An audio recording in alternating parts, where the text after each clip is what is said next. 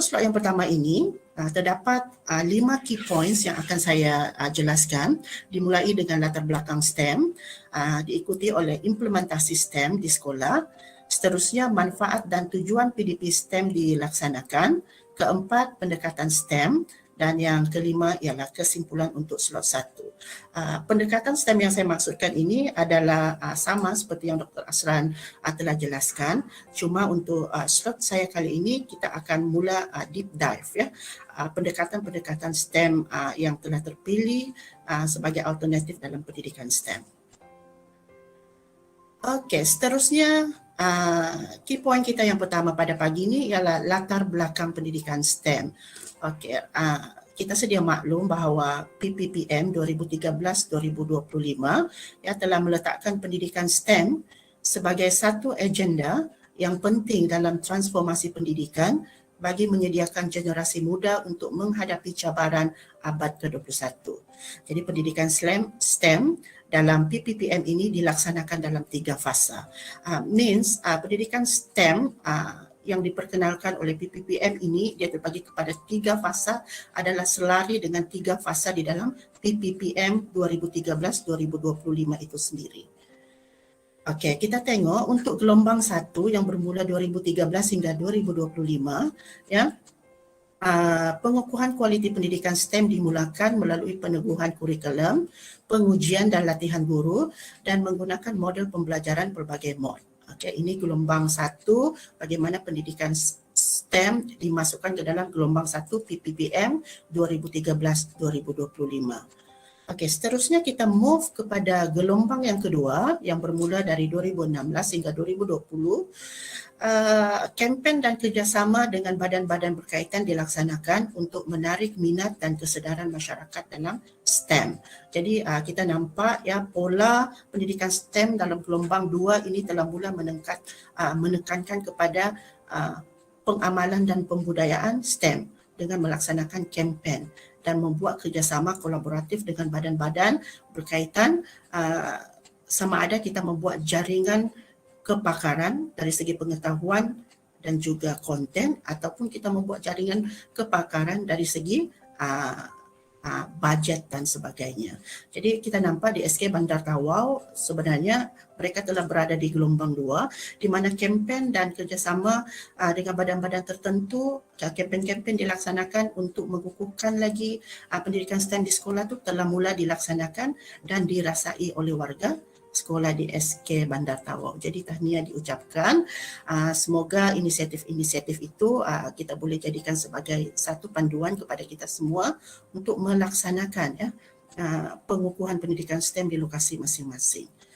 Okey, seterusnya ke gelombang yang ketiga. Gelombang ketiga ini bermula pada tahun ini, ya 2021 dan dijangka akan berakhir pada 2025 ya selaras dengan berakhirnya PPPM 2013-2025 di mana pendidikan STEM akan dianjak ke arah kecemerlangan melalui peningkatan keluasan operasi. Okey, dalam gelombang 3 kita nampak di sini kita warga pendidikan telah diberikan keluasan, flexibility untuk melakukan operasi.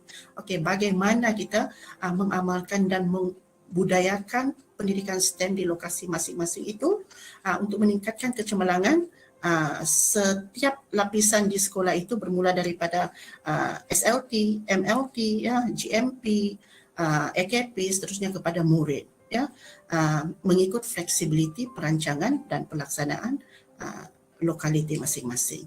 Jadi itulah tadi sedikit sebanyak latar belakang pendidikan STEM yang menjadi satu agenda utama di dalam PPPM 2013-2025.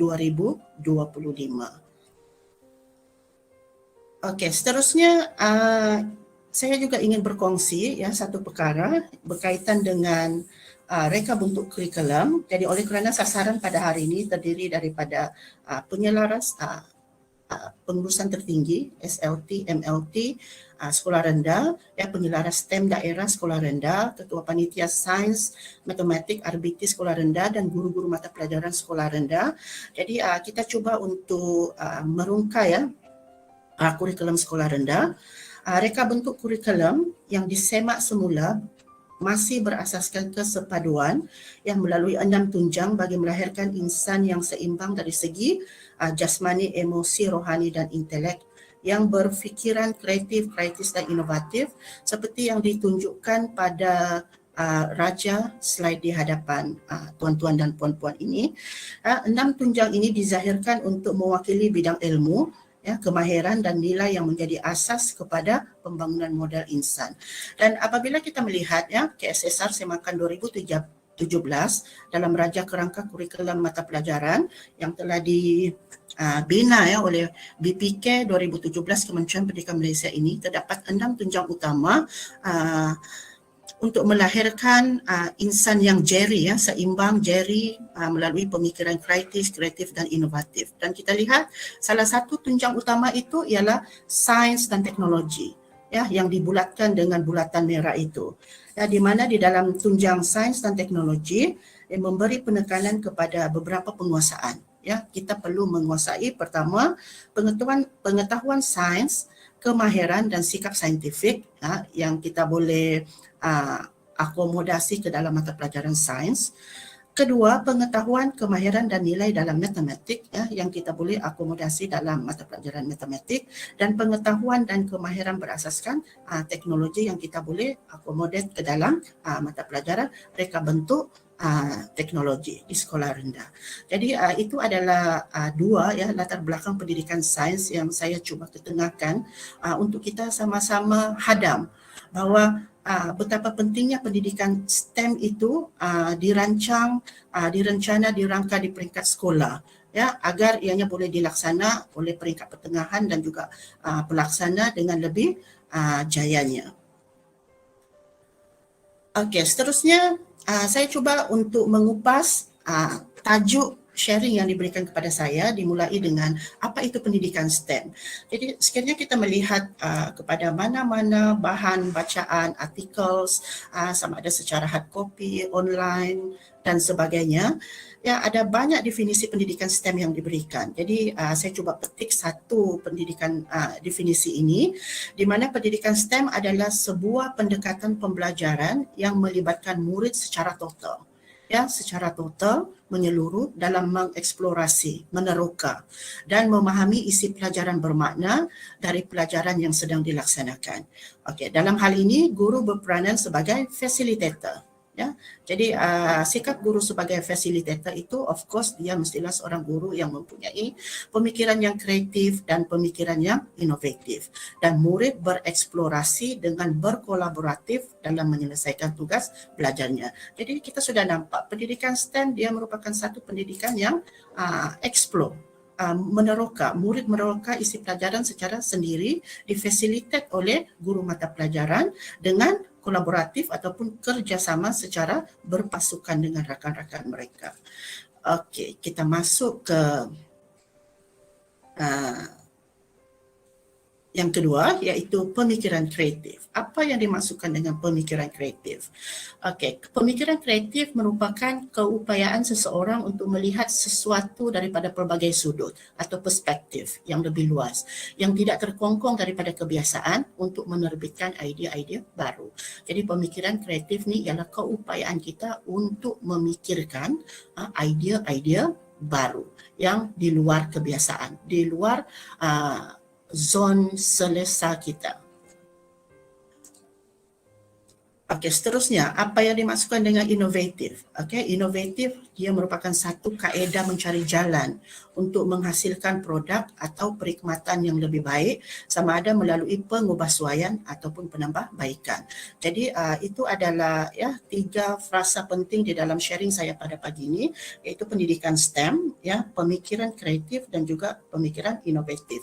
Jadi kita boleh rumuskan sharing kita pada pagi ini adalah berkaitan dengan pendidikan STEM sebagai pendekatan pembelajaran melalui penerokaan murid itu sendiri untuk menghasilkan idea-idea baru dalam PDP dengan dibantu oleh guru mata pelajaran, dan seterusnya menghasilkan produk sebagai hasil pembelajaran murid yang lebih bermakna. Jadi rasanya saya telah pun mengupas serba sedikit tentang tajuk perkongsian kita pada pagi ini. Semoga ia memberi sedikit pencerahanlah kepada semua rakan guru yang berada maya pada pagi ini. Okey, seterusnya kita lihat bagaimana untuk mengimplementasi STEM. Ya, bagaimana untuk mengimplementasi STEM. Mungkin rata-rata daripada rakan guru kita secara maya tertanya-tanya bagaimana mau execute STEM ya di dalam pengajaran dan pembelajaran. Ya. STEM terdiri daripada beberapa elemen ya yang terdiri daripada elemen sains, elemen teknologi, elemen engineer ataupun kejuruteraan dan juga elemen matematik. Jadi keempat-empat elemen ini akan diintegrasikan ya sama ada melalui pengetahuan STEM, kemahiran STEM dan juga nilai-nilai STEM ke dalam mata pelajaran. Jadi kita jangan confuse ya rakan-rakan sekalian, STEM ini bukanlah mata pelajaran, dia merupakan elemen sains. Sains itu sifat dia adalah scientific. Bagaimana elemen scientific itu kita gabungkan ke dalam mata pelajaran selain daripada sains dan matematik. Bagaimana elemen teknologi itu kita integrasikan ke dalam mata pelajaran yang kita ajar. Okey, bagaimana elemen engineer ataupun kejuruteraan itu kita accommodate ke dalam mata pelajaran yang kita ajar, dan bagaimana elemen ataupun unsur matematik itu kita terapkan ke dalam mata pelajaran yang kita ajar. Jadi mata pelajaran itu tidaklah bermakna mata pelajaran sains dan matematik saja, tetapi integrasi 4 disiplin ilmu ini adalah merentas semua mata pelajaran. Okey, seterusnya kita masuk ke gambar raja ni.